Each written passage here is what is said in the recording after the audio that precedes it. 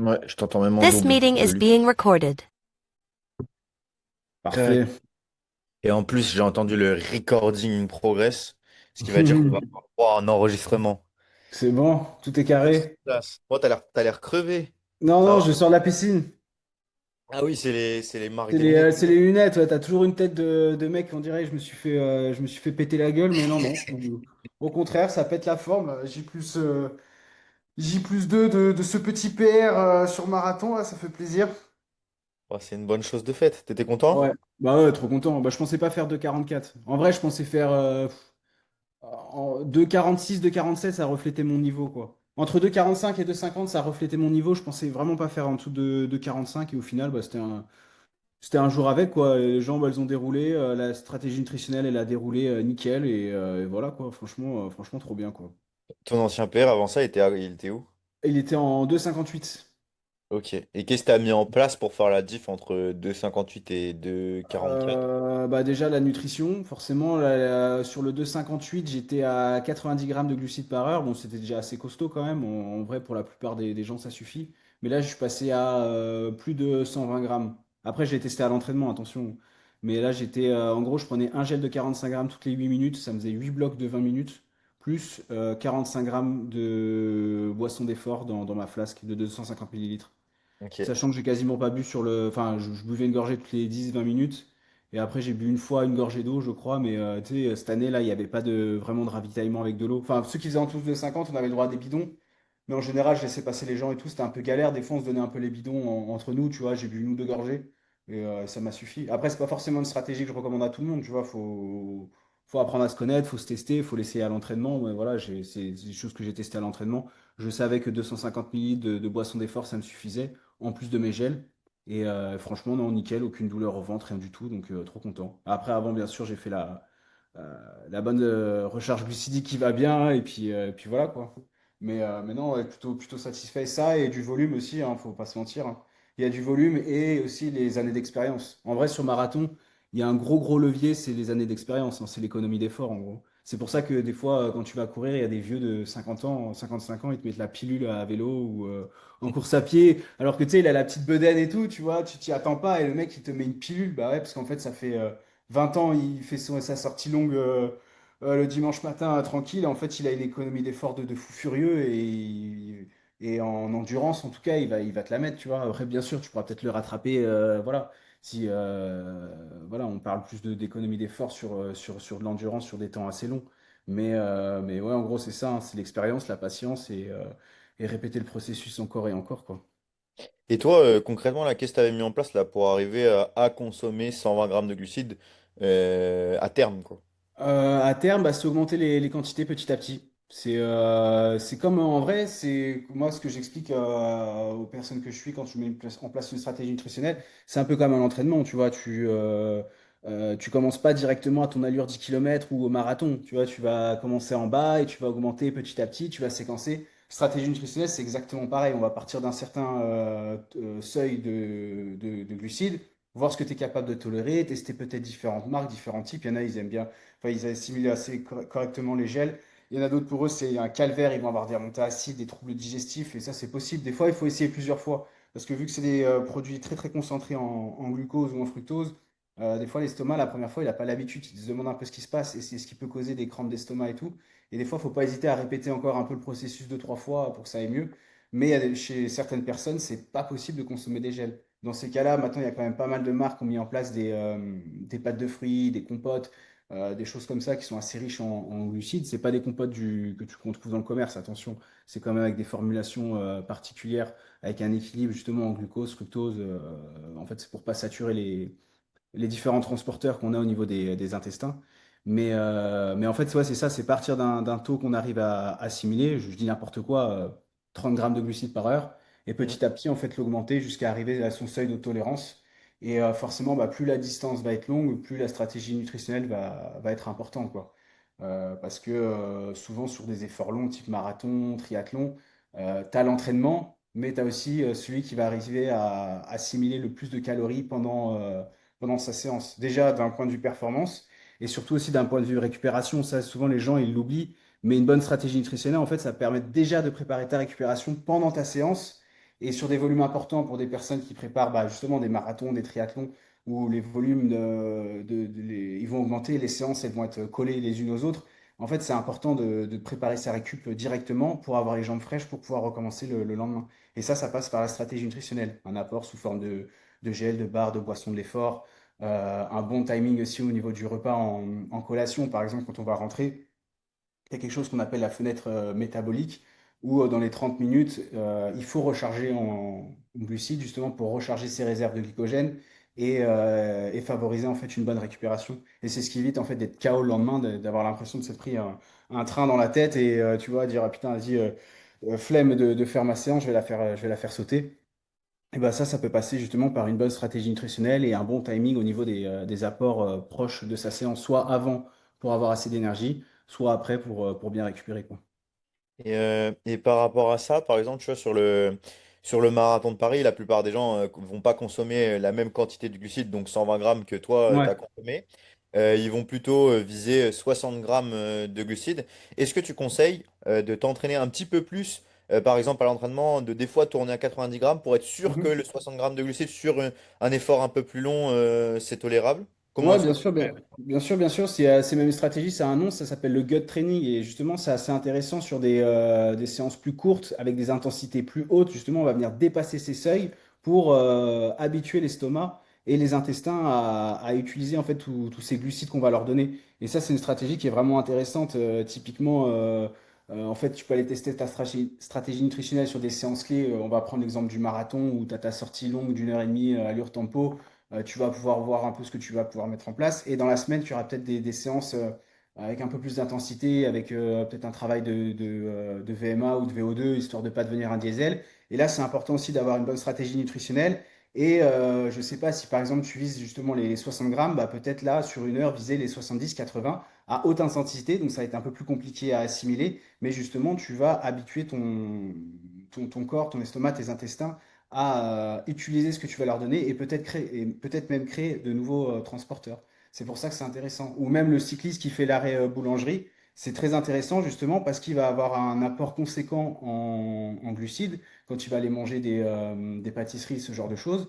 Et du coup, après, il va continuer à s'entraîner avec l'estomac plein. Et ça, c'est ce qu'on appelle aussi le gut training. Et il y a même des trailers aussi qui font ça, qui vont par exemple manger en conséquence le repas du midi et ils vont aller courir directement derrière parce que justement, ça favorise l'estomac à avoir une vidange gastrique plus rapide. La vidange gastrique, en fait, c'est le temps que les aliments passent de ton estomac à tes intestins.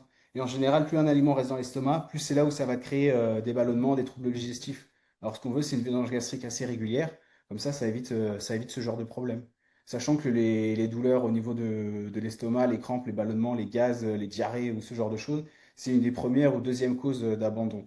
Parce que, bon, après, en général, c'est que les gens enfin les personnes ouais, de manière générale, le jour de course, ils stressent un peu et ils veulent essayer le nouvel aliment magique qui va leur faire courir vite ou qu'on leur a vendu la veille sur le salon du marathon. On leur a dit, tiens, achète ça et t'inquiète, tu vas faire PR plus 10. Sauf qu'en fait, tu vas faire PR moins 100 parce que ton estomac, enfin ton corps n'a jamais eu l'habitude de s'en servir, quoi. C'est comme, voilà, tu vas pas aller essayer une nouvelle paire de baskets, un nouveau t-shirt le jour J. Alors pourquoi tu vas essayer un nouvel aliment, quelque chose que tu vas ingérer directement dans ton corps, que tu pourras même pas retirer. J'ai envie de dire encore quelqu'un qui essaye un nouveau t-shirt, au pire, pendant la course, il peut l'enlever, tu vois, s'il a un problème. Mais quelque chose que tu as ingéré, une fois que c'est ingéré, c'est trop tard. Donc, s'il y a une règle d'or, c'est quelques jours avant, au moins une semaine avant, tu ne changes pas tes habitudes, rien du tout. Et le jour J, c'est encore plus vrai. Tu ne changes rien, tu fais ce que tu as l'habitude de faire, tu testes enfin, tu manges ce que tu as testé à l'entraînement. Et pareil sur l'étape de ravitaillement. Souvent, des fois, on peut arriver, on a la tête un peu dans le gaz et tout, et on va vouloir s'alimenter. Et c'est là où le piège, parce que tu vas trouver plein de choses, des amandes, des tucs ou je ne sais quoi. Sur trail, c'est encore pire. Et du coup, tu vas vouloir un peu manger tout et n'importe quoi. Et c'est là où les problèmes commencent, parce que tu n'as pas l'habitude.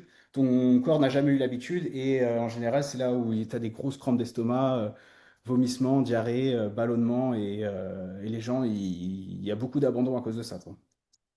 Et tu vois, les gels, il y a pas mal. Moi, je discutais aussi avec mon beau-frère, du coup, là, qui a fait le marathon de Paris ce week-end.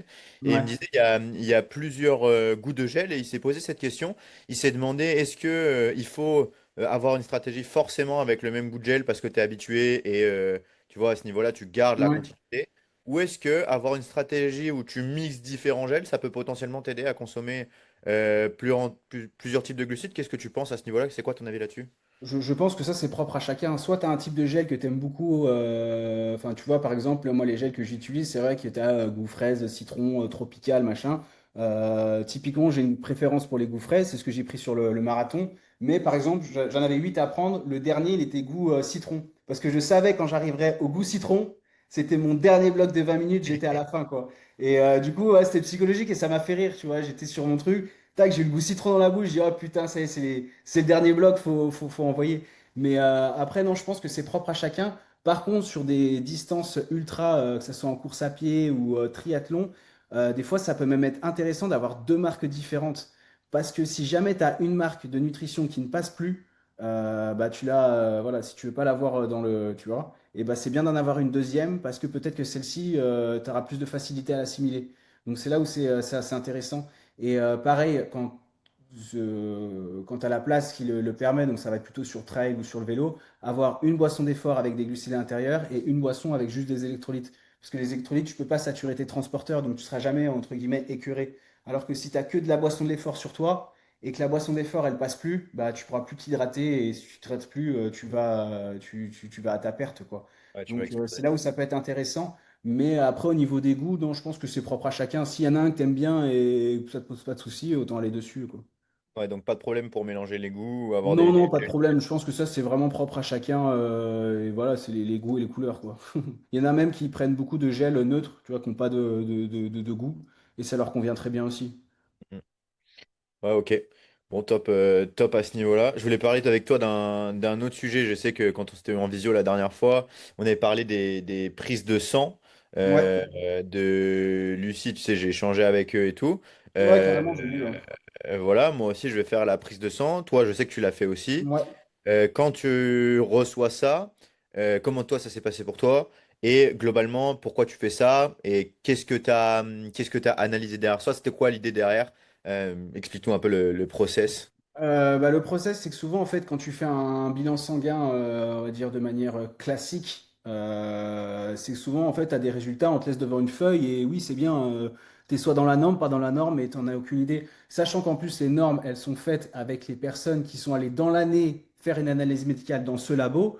Donc, entre guillemets, si c'est que des personnes âgées qui y sont allées, déjà, les normes, elles sont biaisées, quoi. Donc, si tu es dedans ou pas dedans, en fait, ça veut rien dire. Tu peux très bien être dedans, mais en fait, être dedans dans une population déjà malade, entre guillemets. Et si t'es pas dedans, je t'explique même pas. Donc, déjà, il y avait ce point-là. Et après, Lucie, en fait, j'en avais entendu parler par rapport à leur podcast, Polyphénol Podcast, qui est super intéressant. Et du coup, je m'étais renseigné là-dessus. Pareil, j'avais fait une prise de contact qui avait été concluante, où du coup, ils me proposaient de faire une analyse, un bilan sanguin. Et c'est super intéressant ouais, parce que tu as plus de 128 biomarqueurs. Donc, comme je disais, c'est vraiment ouvrir le capot du moteur et aller regarder ce qu'il y a à l'intérieur. Parce que des fois, c'est bien, tu as une belle carrosserie, il y a tout qui fonctionne bien. Mais ça ne veut pas dire que à l'intérieur, il y a forcément tout qui est optimal, quoi. Mm. Et là, c'est vraiment l'occasion de mettre en lumière certaines choses et de valider ou non mon hygiène de vie, puisque je prête une grande attention quand même bah, à ce que je mange. Forcément, je suis diététicien du sport, donc j'ai une appétence, tu vois, pour ça, à bien manger, faire attention, mais même, tu vois, à ma récupération, enfin, au lifestyle de manière générale. Et du coup, c'est quand même intéressant de voir un peu à l'intérieur ce qui se passe dans le corps. Si tu as raison, il y a des petits changements à faire. Et du coup, bah, comment ça s'est passé? J'ai fait tout le processus où déjà ils t'envoient le kit et tout est très bien expliqué. Tu prends rendez-vous après dans leur laboratoire partenaire, on va dire. Tu fais ta prise de sang, tu attends 3 4 semaines et ensuite tu as vraiment tout un résultat et qui a été en plus analysé par un médecin avant. Et du coup, en fait, tu as vraiment quelque chose de concret. Et en plus, les normes, c'est pas les normes du laboratoire, c'est vraiment les normes qui sont recommandées par les agences de santé. Donc, au moins, tu sais vraiment si tu es dedans ou pas. Et il t'explique vraiment point par point, bah, tu vois, telle hormone, elle va faire ça, telle hormone, elle va faire ça. Là, tu as fait ça. Et du coup, même tout le plan d'action que tu dois mettre en place. Par exemple, si tu dois augmenter un aliment, le baisser au contraire. Si moi, un de mes points particuliers, c'est que je ne prenais pas assez de récupération. Chose vraie. Déjà avant, enfin, déjà avant, j'avais des volumes de sport, on va dire, assez conséquents. Et après, tu vois, tu as toujours un peu le plus, ça rentre dans tes standards. Et c'est vrai que je ne prenais jamais vraiment de jour off. Après, j'ai toujours fait 3 semaines de montée en charge, une semaine de récupération, mais jamais vraiment, vraiment de jour off. Et en fait, le corps, même si moi je le ressentais pas forcément, j'étais quand même enfin je le suis, enfin non, je le suis peut-être pas, mais il y avait une espèce de surentraînement où mon corps était un peu en souffrance entre guillemets. Du coup, ils m'ont recommandé de prendre un jour de repos par semaine, et du coup, j'en prends deux maintenant. En gros, j'essaie de faire 2 jours de sport, un jour de repos, 2 jours de sport, un jour de repos. Je vais faire ça jusqu'en août, où je vais avoir ma deuxième analyse, mon deuxième bilan sanguin, et je vais voir du coup si ça va améliorer ou pas les choses. Mais en gros, voilà ce que j'ai mis en place, ce qui ressortait le plus. Et après, c'était au niveau de mon hydratation, vu que je bois pas mal. J'ai tendance à me réveiller la nuit pour aller aux toilettes. Du coup, ça casse mon sommeil, ça casse mon sommeil profond. Du coup, bah, la récupération, elle est moins bonne. Enfin, tu vois, il y a tout qui est relié. Donc, voilà, ils m'ont donné aussi des conseils pour décaler un peu ma consommation, on va dire, hydrique dans la journée. Peut-être manger un peu plus léger le soir aussi pour favoriser le sommeil. Enfin, voilà, c'est plein de petits conseils comme ça, en fait, à mettre en place. Et c'est assez intéressant parce que c'est du concret, quoi. Ouais, donc plein de petits détails qui sont cool. Ouais, Euh, exactement. Bien évidemment, du coup, ça va te donner des astuces pour toi. Toi, en tant que Mhm. nutritionniste, tu arrives en plus à analyser ce bilan encore plus finement, en ayant regardé, etc. Par contre, bah, bien évidemment, ce bilan, il a un certain coût. Par exemple, quelqu'un qui sera en suivi avec toi, bah, bien sûr, je pense que tu vas lui recommander. Mais par exemple, imaginons, il n'est pas le budget pour ce genre de Mhm. choses. Et il veut quand même optimiser sa nutrition. Si tu avais par exemple trois gros conseils à lui donner, qu'est-ce que ce serait au lieu de regarder uniquement le bilan sanguin qui, bien évidemment, a un coût. Trois, Ce serait trois, quoi les trois fondamentaux, quoi? trois fondamentaux au niveau de la nutrition. Ouais, Bah déjà, voir s'ils consomment assez de calories dans la journée. Parce que, en fait, ce que je veux dire, c'est que souvent, les personnes qui font. On parle pour un sportif, hein. ouais, ouais, pour Quelqu'un un qui a un sportif. minimum de sport, ok? Parce que Ouais. souvent, moi, l'erreur que quasiment 90% du temps que j'ai en suivi, c'est que les personnes, en fait, ont des gros volumes de sport, vont courir plusieurs fois par semaine, vont faire de la musculation, du vélo, de la natation, et en fait, ils se calquent sur l'alimentation de leurs collègues au travail bah, qui ne fait pas de sport. Et du coup, quand je leur dis, enfin, quand on met en place, tu vois, j'ai regardé, j'analyse un peu leur alimentation les premiers jours, et en fait, ils mangent comme quelqu'un de sédentaire, quoi. Et après, c'est pour ça qu'en fait, ils sont crevés toute la journée, ils sont fatigués, ils se disent, putain, je comprends pas, je me suis encore blessé, ou je suis fatigué toute la journée, j'arrive pas à aller au bout de mes préparations, parce qu'en fait, ils se calquent sur une alimentation qui ne leur correspond pas. Forcément, en tant que sportif, on a des volumes de sport qui sont trois fois plus importants que des gens lambda, entre guillemets, donc ton alimentation doit suivre et doit être multipliée par deux, par trois, même si tu veux quand même perdre du poids. C'est des choses qui est tout à fait possible aussi de mettre en place. Mais il faut avoir une alimentation qui répond à ses besoins. Sinon, ton corps, on est une machine d'adaptation, il va s'adapter, il bloque tout en fait, et il va garder le peu d'énergie qui te reste pour pouvoir fonctionner. Et c'est pour ça que toute la journée, tu es en low batterie, tu es crevé. Tu rentres chez toi, tu penses que tu n'as pas de mental parce que tu te jettes sur ton placard où il y a tes petites gourmandises, mais en fait, non. C'est juste que ton cerveau, il n'est pas bête, il va aller chercher la calorie facile. En général, c'est les lipides parce qu'un gramme de lipides, ça équivaut à 9 kilocalories, donc c'est ce qui est le plus riche nutritionnellement parlant. Et ça, il le sait très bien où aller le chercher dans ton placard. Et c'est pour ça que quand les personnes rentrent, elles vont dévaliser les biscuits ou des choses comme ça. Alors que derrière, quand on remet en place une bonne alimentation, une bonne répartition au niveau des macronutriments, que ce soit en protéines, en lipides, en glucides, ben en général, ça va beaucoup mieux, quoi. Déjà, avoir un apport dès le matin. Il y a eu un peu la mode du jeûne intermittent où pas mal de personnes se sont mis à jeûner malgré des gros volumes de sport. Et en général, c'est pas bon parce que tu imposes un stress directement à ton corps dès le matin. Et en plus, souvent, il y a une incompréhension au niveau du jeûne, c'est qu'on l'a placé le matin alors que normalement, c'est le soir. Et d'où le petit déjeuner est quand même assez important, surtout en tant que sportif, où il faut avoir un apport en glucides. En général, on recommande entre un quart à un cinquième de la portion totale de la journée dès le matin, justement, pour pouvoir assurer tes séances qui vont arriver le midi ou le soir, quoi. Donc ça, déjà, c'est une des plus grosses erreurs. C'est une des plus grosses erreurs que je retrouve au niveau de l'alimentation, hein.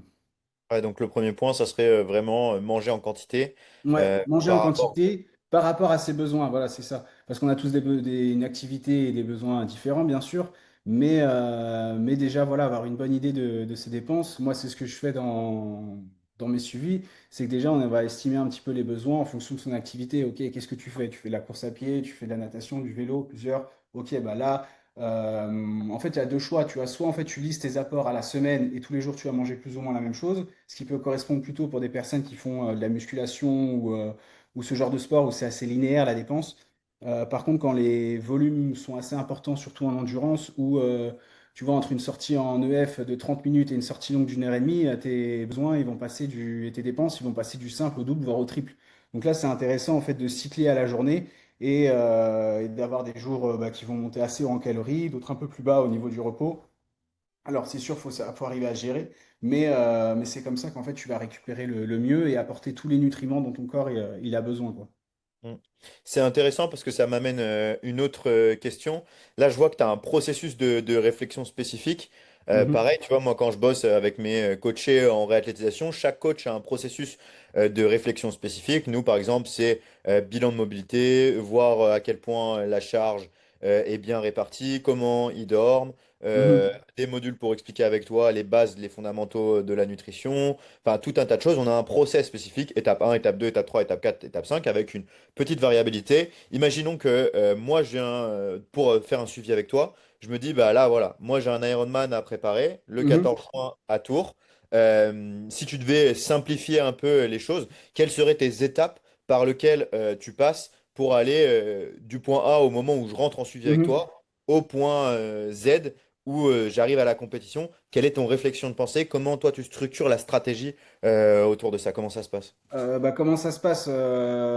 Déjà, les premiers jours, en fait, en général, j'envoie un petit carnet alimentaire à tenir sur 2 3 jours pour que la personne, en fait, elle puisse me rentrer bah, tous ses différents apports de la journée, mais vraiment tout, tout, tout, même le petit morceau de chocolat, de biscuit, enfin voilà, tout ce qu'il y a dans la journée, un peu ses sensations au niveau de faim, de satiété, si c'était une vraie envie, du plaisir. Enfin voilà, c'est vraiment histoire de faire un scan actuel de l'alimentation parce que, comme je dis souvent, moi, mon but du jeu, c'est pas lui faire manger des choses qu'elle ne va pas tenir sur le long terme. Parce que si tu changes drastiquement l'alimentation de quelqu'un, il va dire lui, il est gentil, il va tenir, et la personne va tenir 2 jours, et après elle va dire c'est bon, j'en ai marre. Donc moi, l'idée, c'est de prendre en fait son alimentation actuelle, voir ce que la personne aime bien et ce qu'elle consomme au quotidien, voir si ça répond ou non à ses dépenses. Il y a des personnes, j'augmente les quantités, il y en a d'autres, on va réguler un petit peu. Et à partir de là, en fait, je vais regarder, OK, comment augmenter. Par exemple, la personne ne mange pas assez de protéines dans la journée. Ok, bah là, on va rajouter un peu de protéines, je sais pas, au petit déjeuner, peut-être sur la collation, sur le repas. Là, on va rajouter un peu plus de glucides, mais en partant des aliments qu'elle aime bien. Après, bien sûr, on va toujours se diriger vers des aliments le plus brut possible, entre guillemets, mais on va garder aussi des produits plaisir ou plus industriels quand on est à l'extérieur, chez des amis, au restaurant. Voilà un peu l'idée. Et après, le but du jeu, c'est vraiment lui transmettre un maximum de connaissances pour qu'après, elle-même, elle puisse s'auto-juger. Typiquement, ça peut arriver, je sais pas, tu fais une sortie longue le samedi matin et après tu es invité chez des amis au restaurant, t'as pas le temps forcément de repasser chez toi, et bah d'un seul coup d'œil au resto, tu sais si, ok, bah là, je sais qu'il va me manquer des glucides, il va falloir que je complète sur ma collation du midi par exemple, parce que il faut que je récupère correctement et demain j'ai sortie longue à vélo, c'est un exemple. Ou alors au contraire, ah bah, tiens, là, le plat il était assez chargé, beaucoup de matières grasses et tout, je vais avoir l'estomac un peu lourd, peut-être prendre autre chose. Ben voilà, c'est tout ce genre de réflexion. Il n'y a pas d'aliment qui soit ni bon ni mauvais. Tout est une question en fait de quantité par rapport à ses besoins, quoi. C'est vraiment ça que j'essaie d'instaurer dans la tête des gens et de dédiaboliser. Il n'y a pas, voilà, il n'y a pas de mauvais aliments. Il n'y a que des aliments qui répondent à un besoin à un instant T. Et Donc en gros, une fois que tu as compris ça, bah, ça t'enlève vraiment une charge mentale, quoi. ok. Donc en gros, toi, la première étape quand les gens viennent chez toi, c'est déjà de conscientiser en notant la Ouais, globalité de ce qu'ils mangent sur un carnet avec leur sensation de faim. exactement. Apprendre un peu à savoir bah, si tu as faim, si t'as pas faim, qu'est-ce qui se passe Exactement. exactement, quelle quantité, quel type d'aliment tu manges. Tu as Mhm. parlé des macros, donc je pense qu'après, toi, tu calcules les lipides, protéines, glucides, mais pour Mhm. simplifier, ils notent juste, ils conscientisent. Et du coup, cette deuxième étape, après, c'est de les éduquer sur bah, qu'est-ce que c'est un macronutriment, je suppose, comment le scanner dans ton assiette, c'est ça? Exactement, Euh, exactement. Après, en fait, la seconde étape, moi, je leur envoie un fichier où on pourra aussi rentrer toutes leurs différentes séances de sport qui sont prévues sur la semaine. Ça va me donner une estimation théorique de leurs besoins, mais à partir de cette estimation théorique, justement, je peux répartir au niveau des macronutriments, protéines, lipides, glucides en fonction des besoins. Forcément, plus les volumes de sport vont augmenter sur un jour, plus la part des glucides va être importante, et vice-versa. Plus va être en jour de repos, plus on va plutôt baisser les glucides, pardon, augmenter les lipides, augmenter les protéines pour l'effet satiogène, donc l'effet coupe-faim. Et l'équilibre, en fait, ne se fait pas à la journée, il se fait à la semaine, voire même sur plusieurs jours. Donc c'est intéressant des fois d'être un peu plus bas en protéines parce que tu sais que tu as un jour de repos qui va arriver, donc on va pouvoir être un peu plus haut. Ben voilà, c'est toujours en fait une histoire de vase communicant. pour apporter assez d'énergie constamment dans la machine, bien récupérer, prendre du plaisir, plaisir, adhérence, adhérence, on va plus loin dans le processus. Ok. Ouais, donc là, tu as vraiment différentes étapes. Donc l'étape 1 où ils prennent conscience. L'étape 2, Mhm.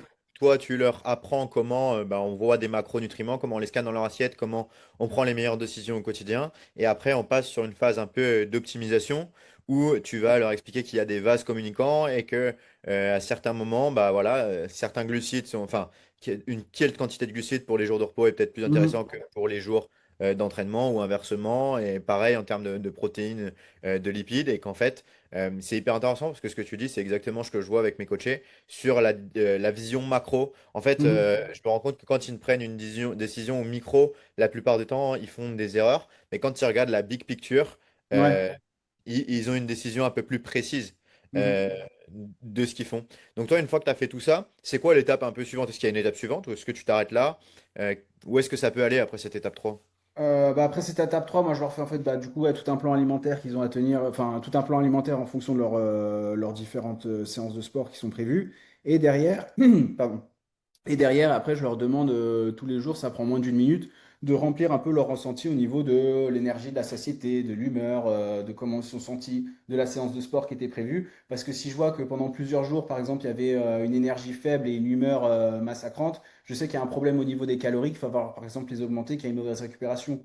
Au contraire, si je vois que l'énergie est bonne, la satiété est bonne et l'humeur est bonne, je sais qu'on avance dans la bonne direction. Enfin voilà, des fois, il y a des petits réglages comme ça, des petits réglages à faire. Et en fait, ça me permet vraiment d'un coup d'œil de voir à la semaine comment ça s'est passé. Et après, de semaine en semaine, comme ça, on peut ajuster les objectifs. Parce que, comme je disais, c'est des estimations théoriques. Et après, en fonction, bah, comme on disait au début, de l'économie d'effort, de l'expérience, de l'âge, le corps, il réagit pas pareil. Donc au début, on se sert de ça, c'est notre squelette de base. Et après, on taille dedans pour avoir quelque chose de vraiment personnalisé. Et le retour terrain, le ressenti de la personne est très important. Tu vois, si bah, oui, je mange ce que tu m'as prescrit, mais enfin dans les quantités que tu m'as prescrit, mais par exemple, je me sens un peu ballonné, j'ai un peu de mal à finir les assiettes, c'est-à-dire qu'il y a une surestimation. Au contraire, si la personne, je vois elle me met qu'elle a des fringales toute la journée, une satiété ultra faible, c'est qu'on est peut-être un peu trop bas et il faut pas avoir peur d'augmenter. En fait, ce que je dis souvent, faut pas avoir peur de nourrir la performance. Plus tu nourris la performance, mieux ça ira et le physique il va suivre derrière. Ne pas faire une fixette que sur le poids et la balance parce que sinon, c'est comme ça que tu as tendance à réduire, réduire, réduire tes assiettes. Et en fait, tu fais n'importe quoi et ton corps, il va se passer en mode survie, il va plus se passer grand-chose. Et toi, tu vas juste être crevé et tu vas faire des séances de mauvaise qualité. Et c'est pour ça que souvent, je mets des glucides par exemple pendant la séance, même pour quelqu'un qui veut perdre du poids, parce que en fait, avoir un apport en glucides va lui donner de l'énergie. De l'énergie va faire une séance de meilleure qualité, avec des intervalles peut-être tenus plus longtemps, avec une meilleure allure. Ça va faire baisser sa cote d'effort, donc son RPE, donc il aura plus de plaisir, il aura plus d'énergie à retourner à l'entraînement le lendemain. Enfin, tu vois, c'est tout un cercle vertueux qui se met en place. Et la personne mange plus, et c'est souvent ce qu'on me dit. Je dis, putain, je mange 2 fois plus qu'avant et je perds du poids et je performe. Je fais, bah oui, c'est ça, faut pas avoir peur de nourrir la performance, comme je dis. C'est de caler le plus de glucides possible proche de l'entraînement, avant pour avoir assez d'énergie, après pour bien récupérer, et après une bonne répartition au niveau des protéines et des lipides aussi dans la journée. Et après, voilà, répéter le processus et avoir une bonne stratégie nutritionnelle, tu peux faire de grandes choses, quoi. Hmm. Ok, ok. Donc déjà, là, si j'ai bien compris, tu me coupes. Donc en étape 1, toi, tu les sensibilises. Ouais, Tu leur expliques qu'est-ce qu'ils mangent, ils prennent conscience en notant, etc., sur un carnet. Donc ça, tout le monde peut le faire, entre guillemets. bien sûr. Après, l'étape 2, c'est comprendre, les éduquer sur comment dans la vie de tous les jours, déjà, ils peuvent faire de meilleurs choix. Mhm. Tu as donné l'exemple du restaurant. Après, l'étape 3, expliquer qu'on peut optimiser les choses en ayant des vases communicants. Donc, certains jours où c'est plus optimal de consommer tel type de glucides, tel type de protéines. Après, toi, tu leur fais une stratégie de nutritionnelle, là où tu as une expertise en utilisant des formules, etc., avec des quantités de Mhm. protéines, des quantités de glucides, des quantités de lipides. Mais là où je trouve que tu as une énorme valeur ajoutée, c'est dans l'adaptation. Comme nous, on peut avoir l'adaptation dans le plan d'entraînement. Et ben, cette hyper stratégie nutritionnelle derrière Mhm. pour avoir de la personnalisation. Et tu sais à quel point ça me tient à cœur la personnalisation. Bien Et ben, en fait, sûr. tu vas affûter un peu comme un diamant qu'on taillerait dans la pierre, une stratégie nutritionnelle pour qu'au fur et à mesure du temps, cette personne ait une nutrition qui s'adapte à son entraînement. Tu as parlé tout à l'heure de adapter en Mhm. fonction de l'entraînement. Peut-être que les jours où ils ont plus de demandes énergétiques, augmenter cette quantité de glucides, je sais pas, mais voilà, en Mhm. tout cas, avoir une stratégie qui s'affine. Et c'est marrant parce que là, tu vois, t'as toujours pas commencé à passer de ce qui te passe au-dessus, peut-être les compléments alimentaires, peut-être Mhm. peut-être des choses qui sont encore plus dans l'optimisation. Et je vois que tu as une grosse pyramide sur les fondamentaux, qu'en fait, Mhm. aujourd'hui, bah, tout le monde peut faire. Et après, tu Bien mets sûr. des petites briques petit à petit par le process. Donc, c'est hyper intéressant. Bien sûr. Euh, Bah, tu parlais de pyramide et de fondamentaux. En soi, il y a deux choses les plus importantes où déjà un athlète il peut progresser pendant des années. C'est en premier déjà c'est le sommeil. Même moi en tant que diététicien, je ne devrais pas le dire, mais enfin je devrais pas le dire. Je veux dire voilà, c'est vraiment la base des bases. Mieux vaut quelqu'un qui dort bien, qui récupère bien et qui a une alimentation un peu plus bancale que quelqu'un qui optimise toute sa nutrition. Par contre, il dort 5 heures par nuit, il boit un café avant de dormir. Il est sur les écrans enfin, toute la journée avant d'aller se coucher et il dort mal, quoi. Donc en premier, c'est le sommeil, ensuite ton alimentation et après, tu as tout le reste. Tout le reste, c'est vraiment des petits gains marginaux, quoi. Même les compléments alimentaires, c'est des compléments alimentaires. Donc ça vient complémenter une alimentation. Il faut déjà avoir une alimentation voilà, assez structurée. Et derrière, tu vas pouvoir venir l'optimiser avec des compléments alimentaires. Bien sûr, c'est assez intéressant parce que bah, comme je disais au début, quand tu es sportif, tu as des besoins qui sont deux, trois fois supérieurs à des gens lambda. Et aller couvrir ces besoins qui sont deux, trois fois supérieurs, ça devient compliqué sans aller s'enfiler un kilo de viande, un kilo de saumon ou je ne sais quoi tous les jours, ça serait pas possible. Et pour arriver dans les recommandations, par exemple au niveau des oméga 3 ce genre de choses, et là, les compléments alimentaires deviennent intéressants. Mais il faut pas croire que c'est la pilule magique et que ça y est, je prends des oméga 3 je vais péter la forme, quoi. Comme je dis souvent, c'est des cures qui se font. On voit pas forcément la différence. C'est comme quand tu passes de l'iPhone 15 à l'iPhone 16, tu n'as aucune différence. Par contre, le jour où tu arrêtes et que tu repasses à l'iPhone 15, tu dis, ah, en fait, le 16, il était pas mal. Bah, les compléments alimentaires, c'est un peu ça, tu vois. C'est que tu n'as pas une grosse différence sur le moment. Par contre, le jour où tu arrêtes, et bah, quelques jours, quelques semaines après, une fois que les réserves, on va dire, seront un peu épuisées, tu vas peut-être sentir que putain, c'est bizarre, je récupère un peu moins bien, ou j'ai un peu moins de patates, ou ce genre de choses. Bah ça peut venir des compléments alimentaires. Mais derrière, il faut quand même déjà avoir une bonne alimentation et comprendre aussi ce qu'on fait. Ça, en général, je pense que c'est pareil pour toi, quand un athlète il comprend sa séance, en général, tu performes plus parce que bah, tu sais pourquoi tu le fais, quoi. Et un aliment, c'est pareil. Souvent sur les réseaux, je vois des réels, des trucs, ouais, mange ça, mange ci, ouais, mais ok, mais pourquoi? Tu vois? Et voilà, c'est quand même intéressant de savoir pourquoi je mange tel aliment et ce qui va m'apporter et pas juste oui on m'a dit de le manger je vais manger ça quoi et c'est ce que font la plupart des gens et en fait ça leur correspond pas quoi. Ouais, c'est hyper intéressant. Et là, tu touches encore un point que la plupart des gens vont se concentrer sur le détail, au micro près, au microgramme, Mm. tu vois, de glucides. Alors que tu touches un point qui est hyper intéressant, c'est la vision macro qui est hyper intéressant. Pareil pour le sommeil. Nous, c'est ce qu'on leur dit. Il y a même un module, tu vois, où j'insiste sur le sommeil. On Mhm. a quatre piliers fondamentaux, hein, nutrition et hydratation, sommeil, gestion de la charge d'entraînement, et un que personne parle, c'est bien-être psychologique. C'est à quel Ouais. point, tu vois, ces quatre, pour moi, sont équilibrés. Mais si on regarde, tu vois, sur une nuit, bah, tu peux mal dormir parce que tu as eu Oui, un bien aliment. sûr, Comme tu peux bien mal sûr, manger parce que tu as été une fois au restaurant. Tu vois ce bien que je veux sûr, dire? ça fait rien, ouais. Mais ce qui est important, c'est de voir, est-ce que, Ouais. par exemple, sur le mois dernier, est-ce que tu as un volume moyen de 8 heures de sommeil avec une bonne Mhm. qualité et une bonne qualité. Donc, c'est hyper intéressant. Il nous reste 5 petites minutes avant de clôturer le podcast. C'est une question un peu compliquée, mais je demande souvent, tu vois, 3 mots qui devraient, tu vois, être importants, retenus sur la nutrition selon toi et qui te correspondrait. Si tu avais 3 mots ou 3 conseils à donner, quels seraient les conseils que tu donnerais? Trois À la conseils à donner. Bah déjà, un aliment peut être bon pour quelqu'un et pas forcément pour soi, dans le sens où je m'explique, pareil, ça revient un peu à ce que je disais avant, où des fois sur les réseaux, on va dire, ouais, consomme tel ou tel aliment. Et au final, quand cette personne en suivi me dit, oui, bah tiens, quand je mange, j'ai souvent des ballonnements, des gaz, ou ce genre de choses. Et en fait, c'est peut-être que cette personne est intolérante au FODMAP. En gros, pour faire simple, c'est des glucides que ton intestin ou ton estomac n'est pas capable de digérer. Du coup, ça va fermenter et tu peux avoir des ballonnements, des gaz, ce genre de choses.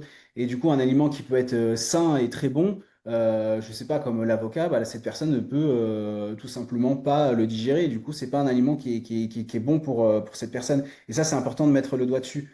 Pas se dire, ok, bah, lui, il mange ça, faut que je mange exactement pareil. Donc déjà, savoir en fait s'écouter et ne pas calquer bêtement l'alimentation de quelqu'un d'autre. On est tous différents. Il faut savoir adapter. Comme toi, quand tu vas créer une séance de sport, il y a des gens qui vont très bien réagir à des séances plus courtes et intenses et d'autres plutôt du tempo long. Enfin, je veux dire, voilà, apprendre un peu apprendre à se connaître et pas à calquer bêtement l'alimentation de quelqu'un d'autre, ça c'est important.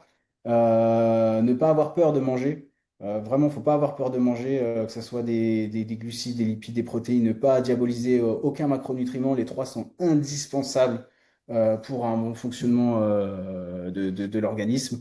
Et ça, c'est souvent l'erreur que je vois, c'est que les gens mangent trop peu, quoi. Mangent trop peu parce qu'ils veulent perdre du poids et du coup, ils réduisent drastiquement leur alimentation, ils augmentent les volumes de sport et c'est comme ça que tu vas à la blessure, quoi. Donc ça, et après, ne pas négliger tout ce qu'il y a autour de la séance, justement au niveau de la récupération, du sommeil. C'est là que les gains se font. Et ça, bah, petit conseil que j'applique maintenant, ne pas avoir peur aussi de prendre un peu plus de repos et pas se dire que en faire plus va forcément te faire passer un step. Des fois, c'est l'inverse. Savoir un peu souffler tranquillement, ça va bien se passer, quoi. Ok, bon, top. Merci, merci Antoine. C'est des bonnes leçons qu'il faut pas laisser dans le podcast et qu'il faut appliquer, bien évidemment, parce que sinon Ouais, ça bien ne sûr. marchera pas. Mais merci beaucoup. Je vais juste dire où est-ce qu'on peut te retrouver. Ouais, Antoine, vous pouvez le retrouver sur Instagram, tout simplement. Et exactement. si, bien évidemment, vous avez envie d'optimiser votre nutrition, c'est quelqu'un que moi, bien évidemment, je recommanderais parce que je le fais bosser, tu vois, avec la méthode, ou je te fais bosser avec la méthode Reathletics pour revenir de blessure. Donc, si vous avez besoin de revenir de blessure, vous pouvez venir chez moi. Si vous avez besoin d'optimiser, que vous êtes déjà en forme, d'optimiser votre nutrition, bien évidemment, allez voir Antoine. Ça lui permettra de vous faire performer, peut-être de régler vos problèmes de nutrition. Je connais plein de gens qui ont fini le marathon de Paris ce week-end, qui ont eu des problèmes de nutrition. L'émission, il y en a plein qui m'ont contacté sur les réseaux aussi. J'ai eu des problèmes, j'ai eu des problèmes, j'ai eu des problèmes. Je dis aïe, aïe, aïe. Donc voilà, n'hésitez pas, c'est pas le jour de la course où on est obligé d'avoir des problèmes qu'il faut attendre, c'est bien avant. Donc Exactement. allez prendre l'information et c'est toujours utile de se faire coacher. Donc merci Antoine, et puis ben, à bientôt, on aura probablement l'occasion de se refaire un podcast un de ces jours, donc on se tient Avec au courant. plaisir. Merci Allez, pour l'invitation en tout cas. allez, ciao, Allez, ciao. ciao. À plus. Merci.